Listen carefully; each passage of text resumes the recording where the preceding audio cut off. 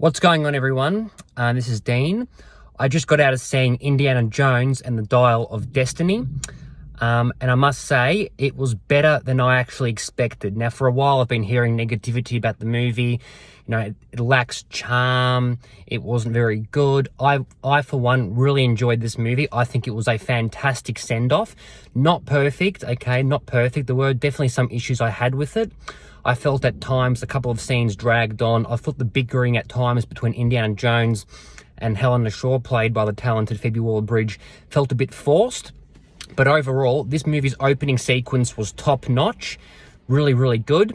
This movie had some great action sequences, a lot of scenes that really invoked a strong Indiana Jones vibe, whether it's exploring a cave or, for example, I won't spoil too much actually, so I'll talk more about the movie when more people go and see it. But overall, yeah, really good movie, guys. Harrison Ford was fantastic. Also really enjoyed Phoebe Waller-Bridge. Mads Mikkelsen was also great, who also, did a fantastic job as the main villain. In my opinion, he was better than Irina Spalko, played by Cate Blanchett in Kingdom of the Crystal Skull. Was this movie better than Kingdom of the Crystal Skull? For sure. I much preferred it to Kingdom of the Crystal Skull. Not perfect. I did have some issues with it. I think a couple of scenes did drag on a little bit. But overall, a very good time at the movies. A very good send-off to Indiana Jones. And yeah, that's about it. I'll talk more about this movie in an upcoming review. But overall, great action sequences. One that really stood out in my mind was the rickshaw chase, which was actually showcased in the trailer. This movie also had a very cool scuba diving scene, which I did not actually expect. I think the trailer showed a little bit of diving, but yeah, very good scuba diving scene. It was also really awesome to see Indiana Jones, pull out that, put on the hat and, utilize his whip once again. And yeah, the movie had a very strong Indiana Jones vibe to it, which is why I'm very pleased with it. But yeah, stay tuned for my full review very soon. Was it perfect? No. Okay, it was not perfect.